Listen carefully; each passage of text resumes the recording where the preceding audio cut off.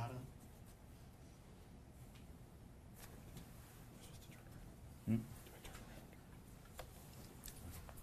Yes.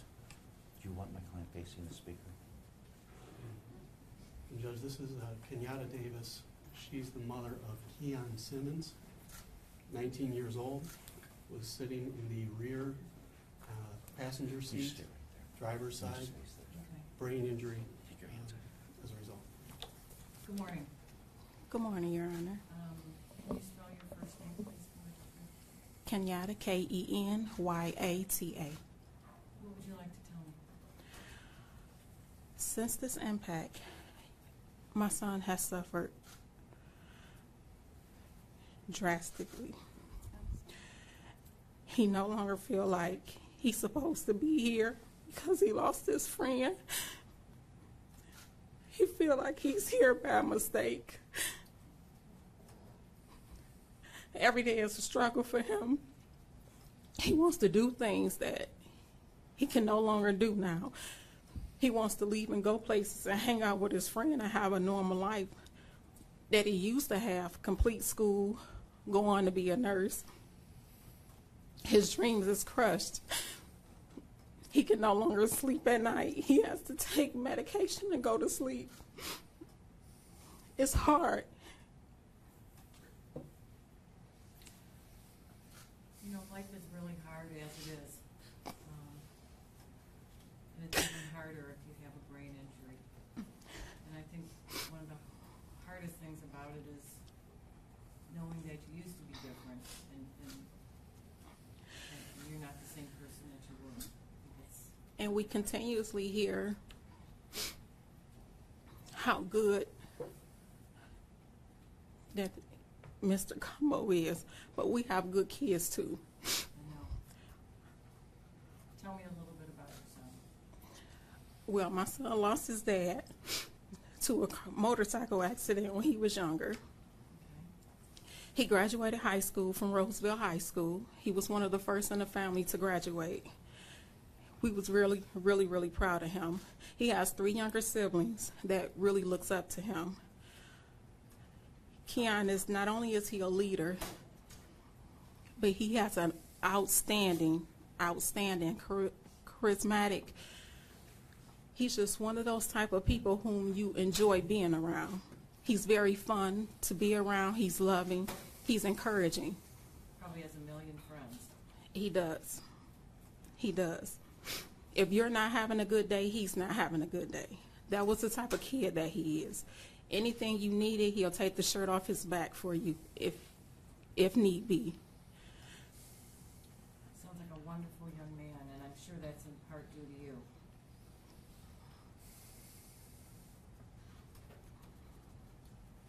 Thank you. Judge, Nina Malone would like to speak. She's the mother of Dante Carson. He was the front driver's side passenger, 17 years old at the time.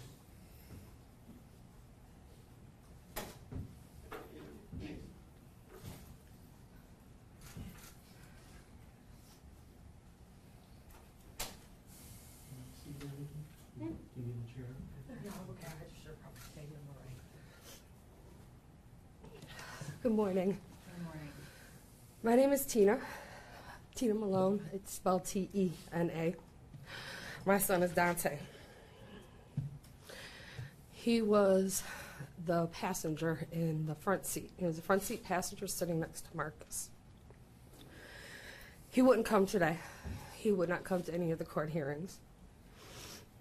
So he asked me to speak for him. So I have some things that I wanted to say, and then I'll speak for him. He wants. I promised him I would. I'd like to say to Julius' family that I am very, very sorry for their loss. Julius was at my house the day of the accident. I never had the honor of meeting him because I was in my bed. I was asleep. My husband talked to him for a couple hours. And my husband's one of those people that is kind of hard to impress. And after talking to Julius, he just told me that he's a great kid. He's getting ready to graduate. He's going to the Marines. This is one of the boys that our son really needs to hang out with. And I said, yeah. I know Keyon and Mark as well. I have their laundry in my basement right now. They've always been at my house. They're my babies as well. Always have been since the first time I met them, and they all call me Daisy. They're like a part of my family. And I'd like to apologize in advance because Dante wants me to talk about the night of the accident. And it may be hard to hear for some of the family.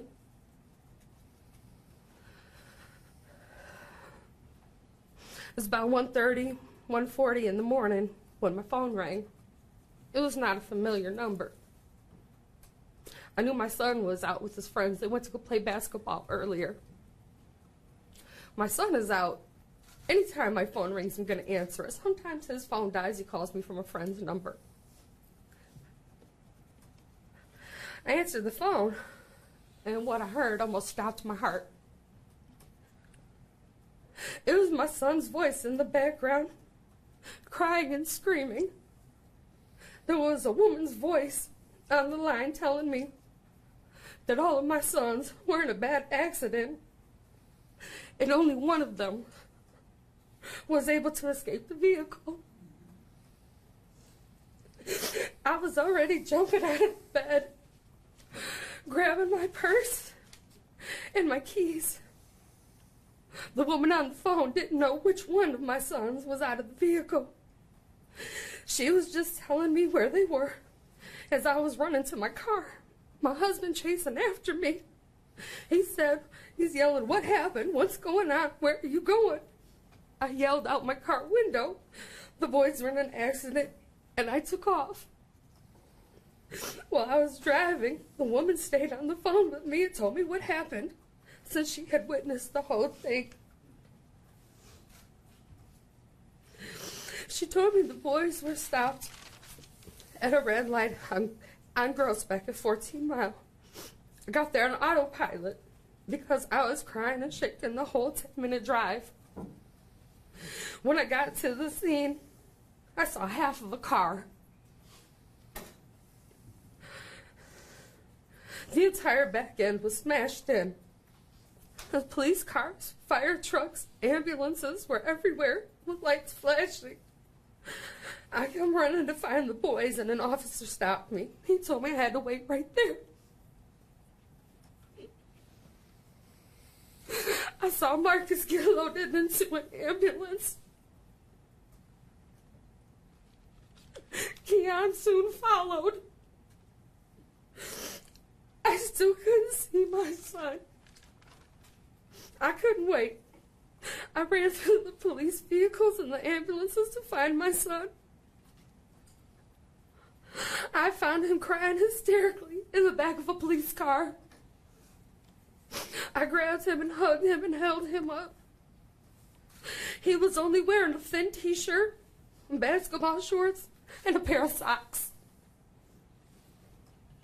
I still hadn't seen Julius, but I was told they were still working on getting him out.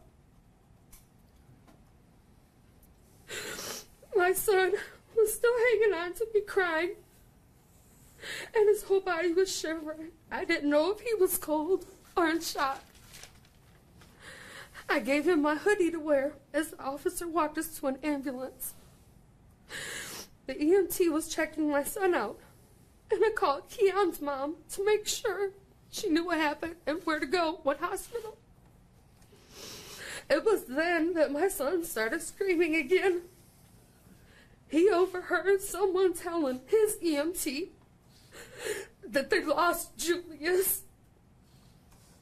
My son could not stop crying, and I couldn't get him calmed down.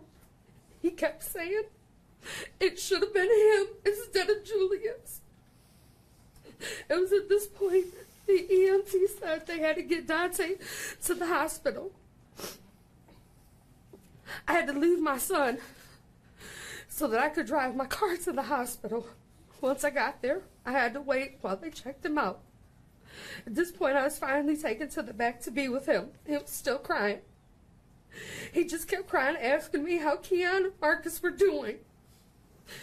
He was still more concerned about the other boys than himself. My son wanted to talk to my husband. So I called him, and he was the one that finally got my son to calm down enough to tell us what happened.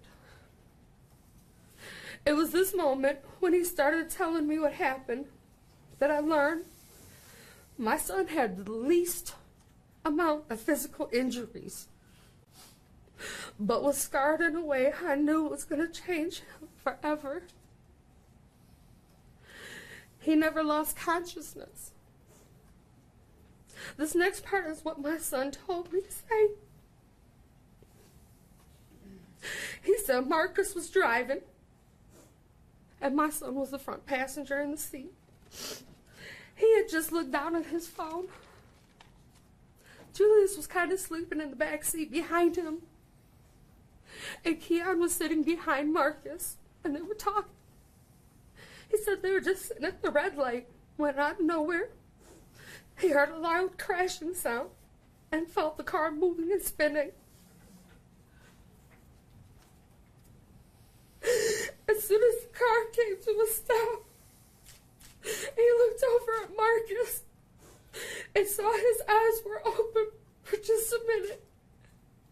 He saw Marcus's eyes close and his head fall back.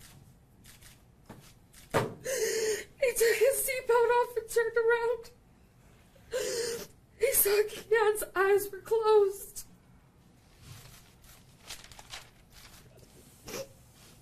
He turned behind him to Julius. I'm so sorry. I'm so sorry. Julius started throwing up all over him. And he started throwing up blood all over Dante. My son said he got frantic at that point and tried to get out of the car but couldn't. He was frantic and screaming and finally busted out of the sunroof. He lost his jogging pants and his shoes trying to climb out.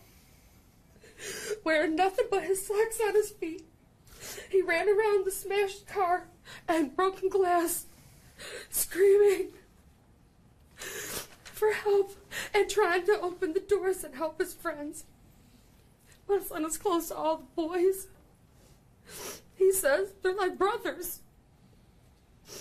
He feels guilty.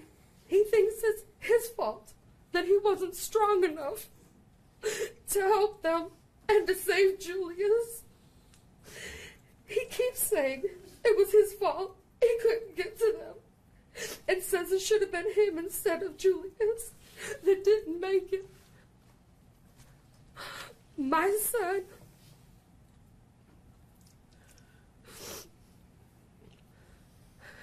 is always happy to see his friends, always asking me to make them cakes.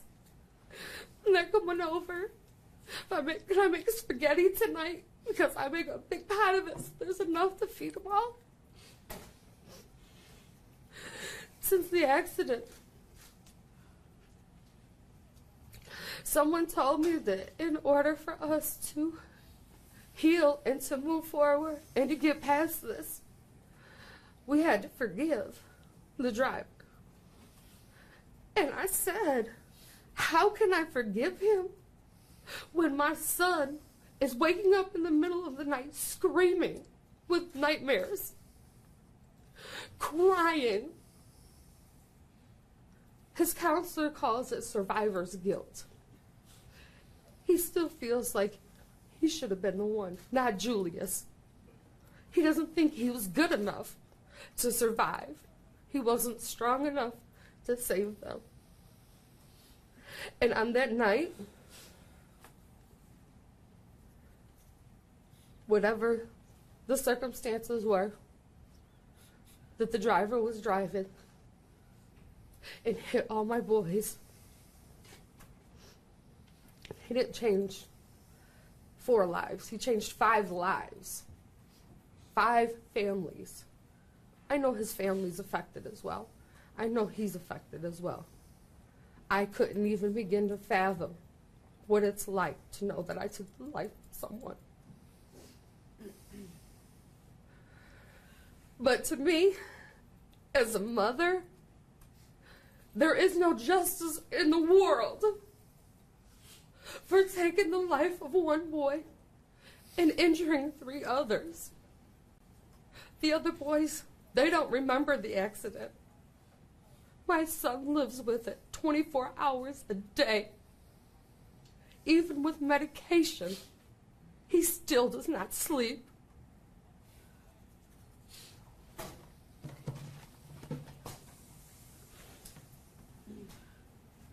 Thank you. Judge, last are the parents of Julius Jones Jr. He's passed away in the accident. He was the rear passenger side in the vehicle. Their names are Vicky and Julius Sr.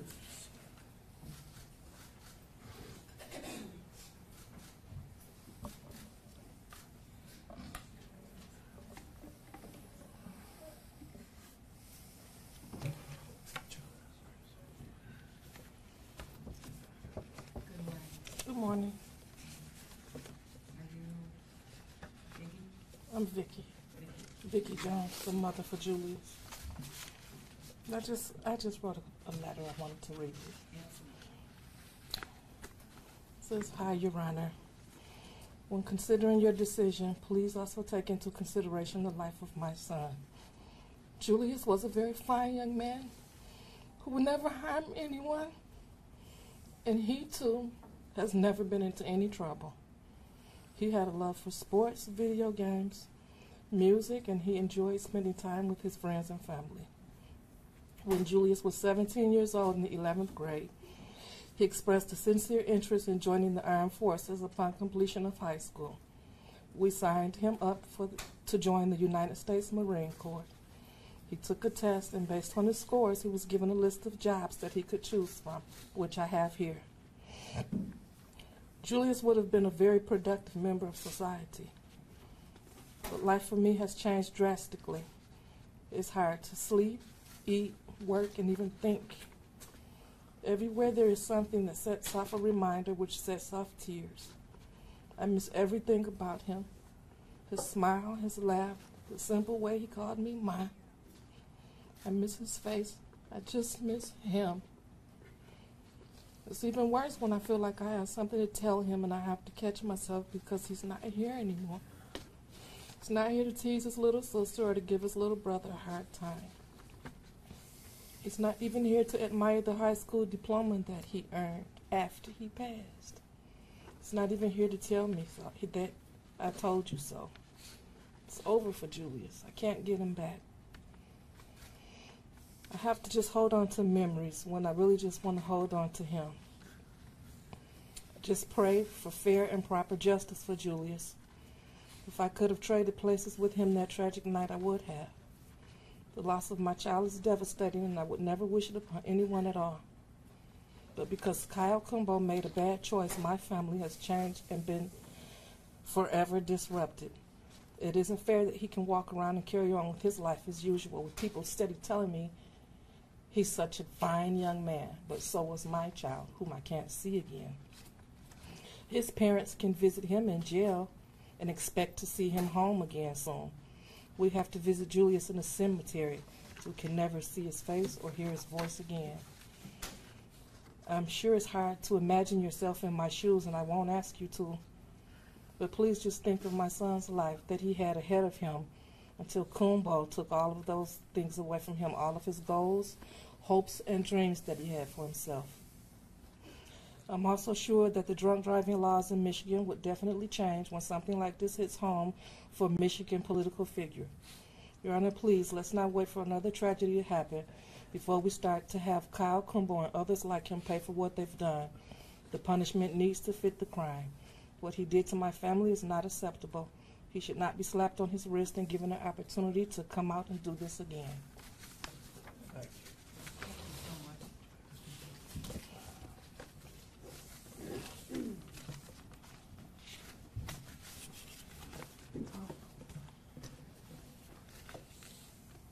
Would you like to talk to me?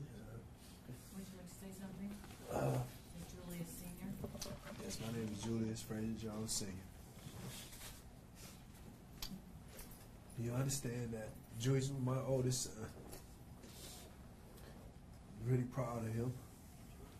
That day I never forget, March the 12th, was a day that I could never forget. But Gumbo, I'm going to have to forgive you. I'm going to have to forgive you. And it's going to be hard. But I have to. Because I got to move on. And that's something my son will want me to do. But I hope this day, today, that you learn a lesson. And whatever the judge give you, it's still not going to bring my son back. But I just hope that you take this day and honor yourself and do right.